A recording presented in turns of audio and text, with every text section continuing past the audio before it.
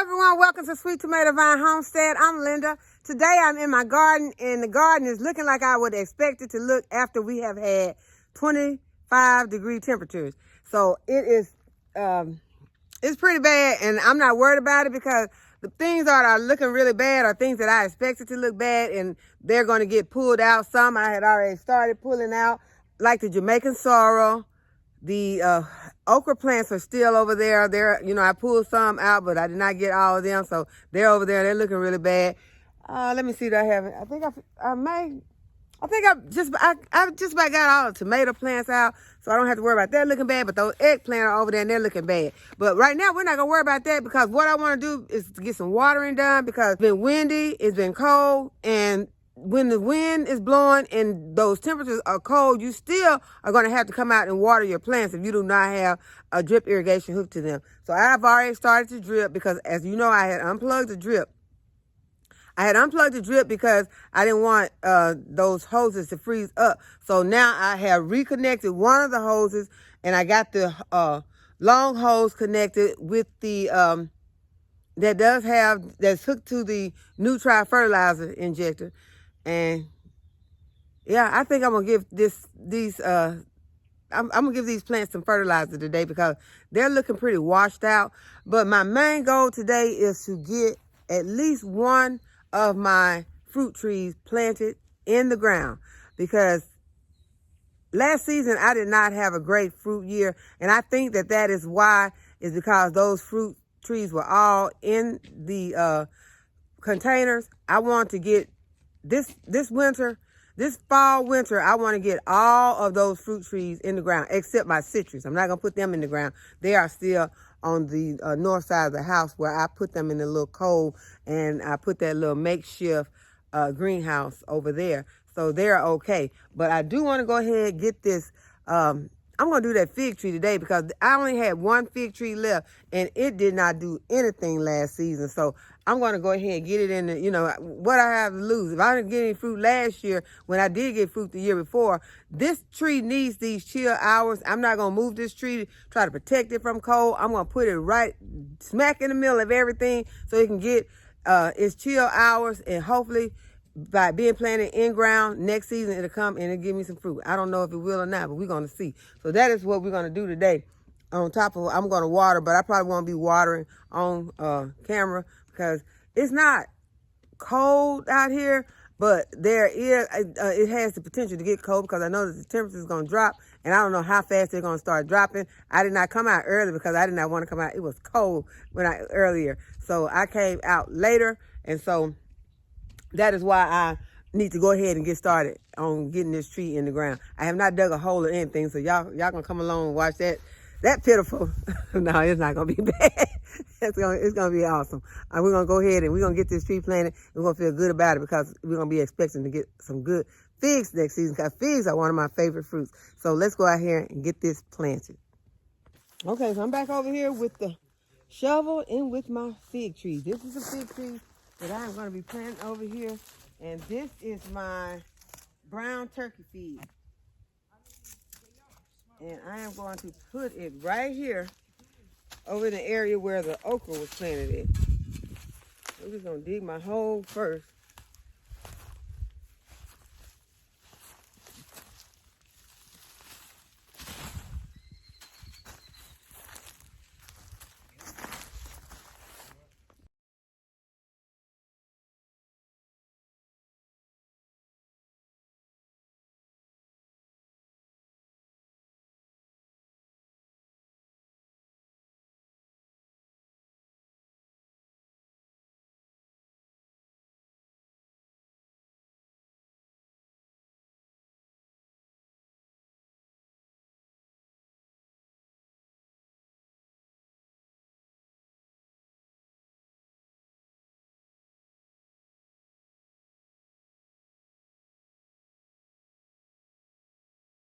Okay, everyone, I have some help in the garden today. My oldest son is out here helping me, so I am so happy that he is out here to help me dig this hole. Okay, so I think Ricky has gotten this hole deep enough for us, and okay, so it's definitely in there deep enough now. And now we're just going to go ahead and backfill it. And we're not filling it with any special kind of soil. We're just going to go ahead and fill it with the native soil, because that is what this plant is going to be getting throughout its lifetime in this area. We do not want to fool it like it's going to be getting some kind of potting mix or anything like that. We're going to put the native soil back into the hole. It's not going to take very much to get it back in there.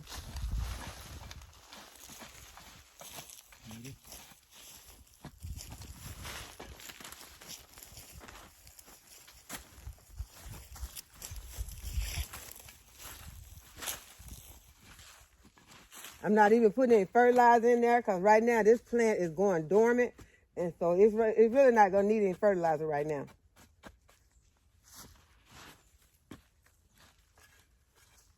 And I'm not going to bring the soil too high above the graft union. I'm just going to bring that soil right around to, really I want it lower than where it was when it was sitting in the container.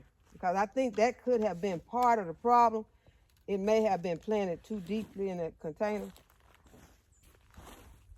And then I'm just going to press this soil down in here to remove those air pockets. And I will be adding some water in here and letting it help to get this soil level.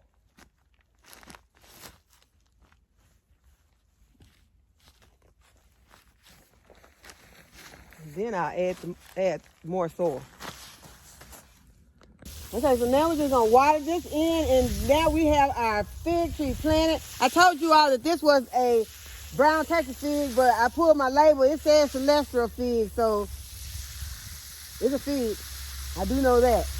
And it does have some little buds on it, but we know that it's not going to do anything but get ready to go to sleep and collect its over 100 chill hours so that it can be ready to produce our spring and summer season. So I'm excited about having it in the ground. Excited about getting ready to put some more of my fruit trees in the ground so that I can start harvesting some fruit out here. Okay, I told you all I was going to show you all what this roselle was going to look like once this frost hit it. Well, this is what it looks like, y'all. And I see some that look like they are still, I don't know. I feel to say they look like they still harvestable. But I think that it's best to get your roselle, if you want to, get your roselle before the frost hit it, because I thought that the plant would just, die. But it looked like these things are something wrong with them too. They don't look good at all. Most of them are wilted, and I'm very surprised that these wilted. I thought that they were going to, still be plump, but they are very different than they were last week. So now that brings about the question, are these seeds going to be any good that are in here that are dying inside this plant? So if anybody knows about these seeds, let me know, because I'm not sure yet. I will Google it later, and I might be able to, I'll probably put it on the screen what it says about these seeds, if these seeds will be any good once you have, once the frost has killed the plant. How long will these seeds still be viable? As you can see, this is what they're looking like. It might still look pretty good, but in my hand, it does not feel the way that it felt just a few days ago. But that's still, it was last week, but it was a few days ago that I came out here and harvested. So there are still a lot of these out here. I have a lot of them inside that I harvested.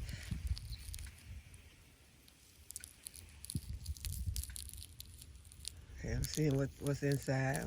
I'm going inside. Okay, so this is what it looks like inside. Okay, so I'm sure this is going to be growing forever out here. So I did want to show this to you all to let you see what it looks like. Okay, these strawberries still look pretty good. There was some strawberries on here a few days ago, so I don't know what happened to them. The chickens may have eaten them. They were just over in this area. Okay, this is what the hosta is looking like. So I will be cutting it back. This is the eggplant. Well, this is one of the eggplants. I have two in this bed with these mustard greens and these little turnip greens that had just started growing. So we'll have to keep an eye on them to see how they come out. And here's the eggplant right here that will be coming out. And this is what the elephant ears are looking like. These are the forget-me-not flowers. So they have succumbed to the frost. Okay, here's another eggplant that has succumbed to the frost. Trying to see if that eggplant is edible. There are some delicious edibles, including some lacinato and mustard green, some lacinato kale and some mustard greens, and then those frilly cabbages. Okay, I forgot this ginger, and I'm going to have to go ahead and harvest the ginger that is in here. So we'll do that tomorrow. And here is the big eggplants, and these still have some fruit left on them, and I'm going to be harvesting this fruit off of these plants and taking them inside, because we still can use these. And this one still is going to be edible.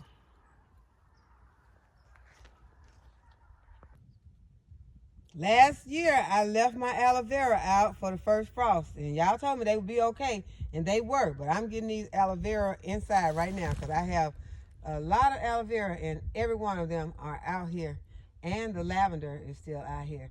So I don't think I'm going to leave the lavender out here, but I'm going to take the aloe vera inside. Here's the lavender right here, and it smells so good, and I will go ahead and harvest some of this so that I can take it inside, because the frost will eventually kill out this lavender also, but it will come back next season. And y'all, look how pretty the chicken's bed is looking. Now, the grass has been overtaken by the frost, so it's going to die out. And you barely can see it. I'm looking at it through the camera, and I can barely see the grass and the weeds because the frost has taken it. But the greens and the pansies and the snapdragons, all of those are going to be okay. And this bed will be beautiful all winter. So I'm excited about that. And here's another one of my aloe vera plants that I am about to take in, but I just want to show it to you all. These roses still looking very beautiful though. Okay, you all, I got my aloe vera plants pulled to the garage. The garage is filling up very quickly with plants. I brought this little pineapple in, see if it can survive the winter. And you all have already seen these pepper plants. Okay, so I'm glad to just get back out in the garden after it has been so cold and I have been inside, but it just really feels good to get back into the garden and just take a look and see which things need to be pulled out, which things survived the frost, and some things that I knew were not going to survive, and see how they actually look.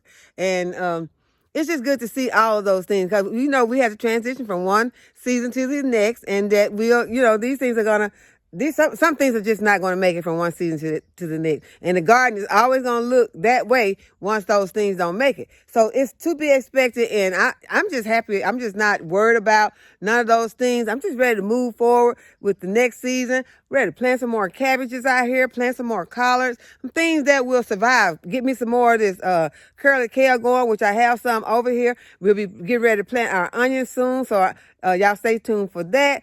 So, yeah, it's a lot of good things still going in the garden. As I told you, we're going to be planting more trees. All of these fruit trees are going into the ground. So I hope that y'all have enjoyed this video, and that you give this video a thumbs up and subscribe to my channel. Go ahead and hit the notification bell to be notified when I upload next video. And as always, thanks for watching. I'll see y'all in the next video.